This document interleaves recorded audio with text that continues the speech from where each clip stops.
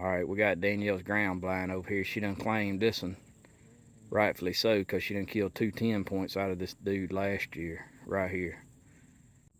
Alright, we got something a little different today. We've been away from fishing for a few weeks. We've been getting a hunting club ready. Thought I'd show y'all some of what we got going on up here.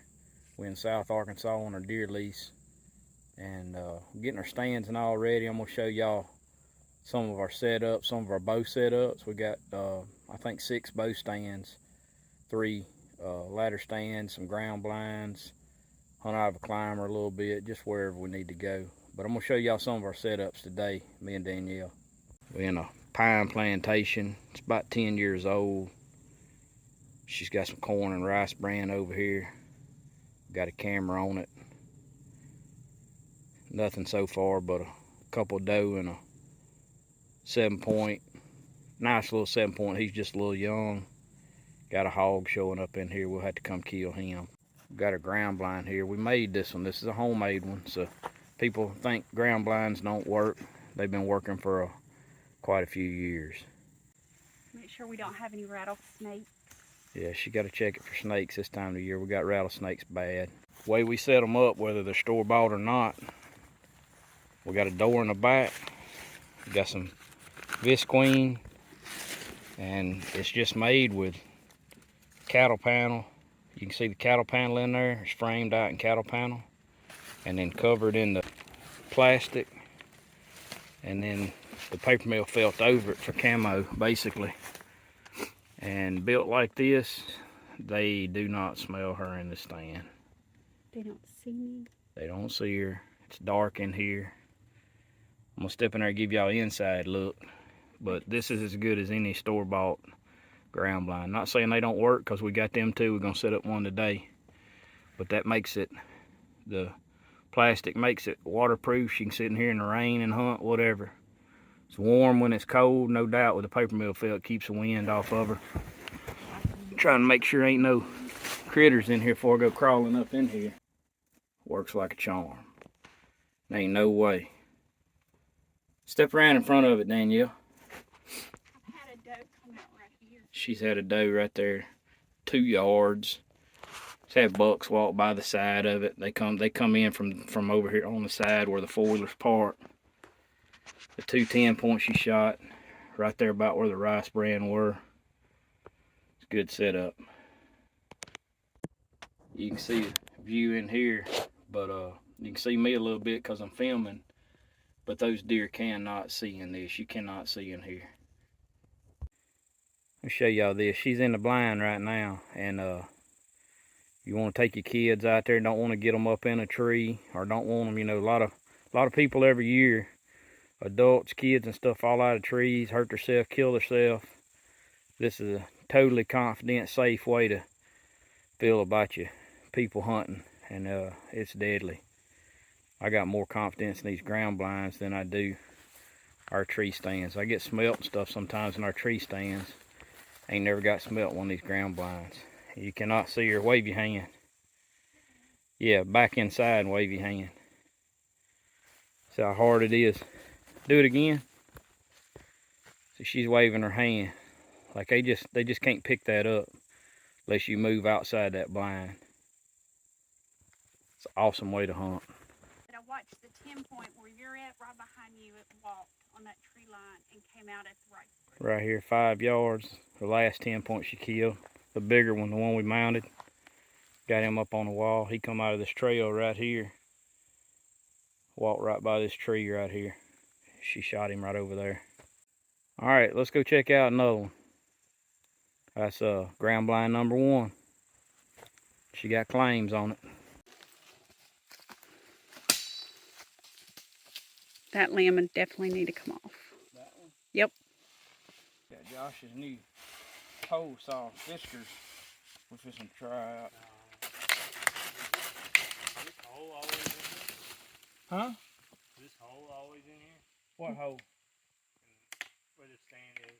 Yep. It was? Mm-hmm. What's he talking about?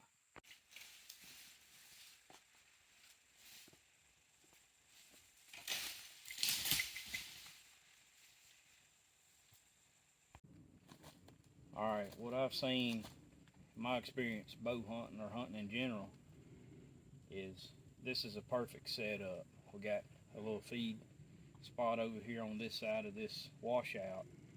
And any big washout like this, you got your ground blind set up over there. My experience is them deer don't pay that over there any attention. If there's water, like a little creek or something, or a washout like this, you can hunt one side of it, get on one side of it. As long as your wind's right, you can. The deer on this other side, hogs, whatever, they won't pay any attention. A lot less attention if there's a barrier between you and them. So I'm not sure what all this works on. I know water and these drainages like this are the perfect setup. They just don't look across this. They'll look around and feed and all in here. These deer are very comfortable in here feeding for a feed spot. So this works out real good for a bow spot. Danielle hunts it a lot. She's had bucks in here on her when she didn't have any buck tags. But we've been setting this up about 3 years now. So it's just another one of our little bow setups. Good little spot. You got 15-20 yard shot to this side over here. And we'll probably kill a deer in here on film this year. Alright, we in here at our third ground blind. Show y'all these ground blinds today. Maybe next week I'll show you our ladder stands. See that girl there in the background? She getting ready. Got another one of our felt ground blinds. Same thing's got the cattle panel on the inside and visqueen over the top. That way it don't leak. Got us a trail come in from the back side. Got our feed out here. You know, we'll hunt these depending on the wind direction. We'll wait till the wind's right. But the way we got these set up is we got a ground blind for north, south, east, and west wind. You can see right here the way I set this up. The way I normally like to do is I feed so if a animal comes in, deer comes in or hog comes in, they're coming in from the side. And that way you got a shot. So I always get like this between this tree and that holly right there. So these hogs and deer either come in from this side or come in from over here, and you'll have a broadside shot nearly every time they come in, because they're not going to walk in up against this tree or up against that holly. They just don't hardly do that. So actually when we in the ground blind, we'd be looking at it like this right here. So they come up either side of this, there or there, that rice brand, you got a shot. I don't know what they doing. They're looking for critters, trying to make sure ain't nothing in that blind over here. Danielle like had a heart attack a couple weekends ago. We was checking these blinds for wasp, and a bird flew out of that. She's about like that right there. A bird flew out of that window on her. Yeah. She like to stroked out. What is it? I hit the side of it and something. It was a tree limb. Where y'all running? Y'all so scared. Josh, you come out there pretty fast. Yeah, whenever you're looking for a snake. A tree limb. hey, checking for monsters. Alright, that's going to be it for the ground blind checkout. Getting them ready. We got 3 ground blinds ready to go. So, we may do our ladder stands next week, show you how we got them set up. We got some of them on some white oak trees and some acorns, so it's a little bit different deal there. We just try to take advantage of these pine plantations and stuff out here and get a few ground blinds set up around in them. We kill some deer out of them. That's going to be it for this one. God's Country Hunting Fishing. Keeping it real.